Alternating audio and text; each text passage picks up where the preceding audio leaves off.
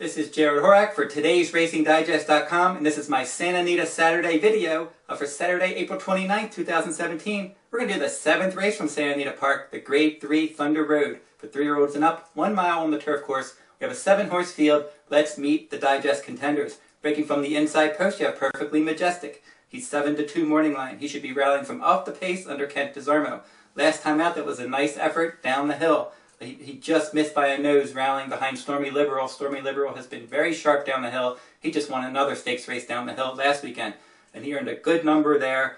He earned a nice 97 fire rating. Also, his CPR number, his comprehensive performance rating of 155. So that was a good number that he actually earned that same number back in November on the turf course at Del Mar. So he came back to his top number last time out, and now he's had plenty of time between starts. He hasn't run since March 4th, so now it's April 29th, so he's had time to recover from that one.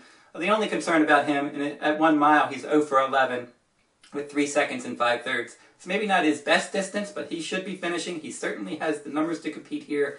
Another one that has the numbers to compete here is going to be the 2020 Vision. He's 7-2 morning line as well for trainer Richard Mandela. Now, his last 3 starts, he didn't run well, but it was on the big cap last time on dirt. Prior to that, 10 furlongs on turf in the San Marcos. Caught a wet track before that. Now, if you look at his string of fire numbers prior to his last 3, anywhere from 99 to a 105, very solid numbers there. And if he can run back to any of those numbers, he's certainly a contender in here. He's very consistent if you can draw a line through the last 2. He's had 8 starts on the turf course at Santa Anita. He's finished in the top 3 in 7. He's run overall 11 turf races. He's finished in the top 3 in 10 of those 11. And now he's going to reconnect with his winning rider, Flavien Prat. And usually when Flavien Prat rides him, he's in the top 3. So I would not be surprised if he rebounds. His recent form is a bit suspect, but if you look at those numbers, like I said in the past, he's certainly capable of competing with this type. Now you have your morning line favorite, Bolo, number 3. He's 5-2 morning line. Mike Smith is going to ride for trainer Carla Gaines. They ran him at Keeneland last time, and he didn't run well. Anytime it seems like he gets away from Santa Anita Park, he seems to struggle. Now he's going to come back in 15 days because that Keeneland race, that Grade 1 Makers 46 mile, was just 15 days ago. So now can he bounce back? He traveled from California to Kentucky. Now he's back in California again and running just 15 days later. So that's going to be the problem. The other interesting thing about this one is he won the Arcadia Stakes at Santa Anita the last 2 years. And he earned 105 fire ratings in both of those races. But he's never come close really to earning that kind of fire rating before. And both of those races were off a layoff. So it seems like off of a layoff in the Arcadia is where he runs his big numbers. Now he did earn a 98 in his race prior to the Makers 46. And if he can run that kind of number, he would be a competitive in here. And he should be stalking the pace most likely. He has 6 starts on the Santa Anita turf course with 4 wins, a second, and a third. Myth Call is going to be your next one in line. 15-1 morning line. Rafael Bejarano is going to ride for trainer Doug O'Neill. Didn't run well on the Santana Mile on dirt, but he did win a couple of overseas turf races last year. And he was competitive in some big fields. In a 20-horse field, he won a race at Newmarket last year. A 17-horse field, he finished 3rd by 1, and on a 15-horse field, he won that as well. So he faced some big fields overseas on turf, and he was competitive, but we don't know where he's going to class up in the U.S. on turf. We'll find out. Now, Fabosi is the next one in line. He's 6-1 morning line. Corey Nakatani is going to ride. His fire ratings of 93, 94, and 91 in his last 3 put him a notch below these. He was behind today's rival, Sawyer's Hill, last time out. Finished a length behind that one. He was behind Perfectly Majestic down the hill before that. So he just seems a bit just a cut below these. But I like Corey Nakatani. He's riding well right now, and he should be stalking the pace. Farhaan is your next one. He could be a live long shot at 6-1 with Tyler Bays riding for trainer Phil D'Amato. Earned a 93 fire rating and a 158 CPR last time out. That was a nice effort. That comprehensive performance rating that takes into account your positional speed and your finishing kick. A nice overall rating, and he earned a solid number that day. Now in that race, Prospect Park controlled the pace. It was a slow pace. He went wire to wire. Farhaan did well, stalking from 3rd or 4th and then finishing a clear 2nd. He's going to cut back to a mile. He's earned some triple-digit fire ratings in the past on the East Coast, which suggests that he could be competitive with these.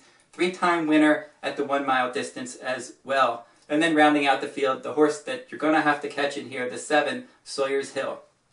He comes off back-to-back 1 mile wins at Santa Anita. Went out there, controlled the pace, went wire to wire, and he has some bad class. You go back to 2014, the Del Mar Derby, the Twilight Derby, he hit the board in both of those races. So now he's back to that kind of good form, and you can never discount a classy horse with speed, with the potential to be the lone speed. Look at the fractional charting in this race. The fractional charting up on the screen right now, it shows that Sawyer's Hill has the capability of getting out there, controlling the pace, and possibly going wire to wire in this race. So how are we going to play this one? We're going to pick Perfectly Majestic as my top choice. Even though he is 0 for 11 on the turf at this distance, I like that comprehensive performing rating last time out. His fire numbers are solid.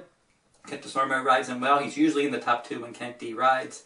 And I look for him to save all the ground, rallying from off the pace. And also look at his Osterman Fast Fig of 135.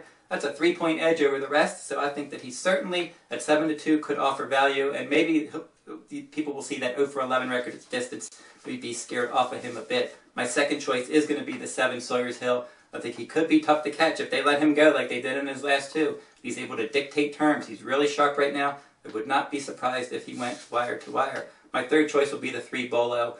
I just think back in 15 days, he could be overbet. He certainly has the class. And he loves this turf course, but I think that people are going to jump all over because he loves the turf course. And I'm going to try to beat him on top, but I would not be surprised if he rebounded with a better effort. My live long shot and my fourth choice is Farhaan. I think coming off that first race in Southern California last time, good effort, he could run another good effort cutting back in distance. So I'm going to suggest a win wager on Perfectly Majestic, an exacta box with Perfectly Majestic and Sawyer Hill. If you're playing trifectas, certainly use 2020 Vision, certainly a contender underneath, along with Bolo, and you got to throw Farhaan underneath as well. Well, that'll wrap up this video for today's Racing Digest. And if you're interested in the Kentucky Derby contenders, you can watch my Kentucky Derby contenders for the digest, and for a free download for Kentucky Derby contenders. Actually, the link, I'm going to pop the link up right now. If you see that link, go to that link. You can find the Kentucky Derby contenders free download report for today's Racing Digest for all your Kentucky Derby contenders. And we got the Kentucky Derby coming up next week, and we'll be back with another video, the Derby preview next week. Until then, good luck at the race.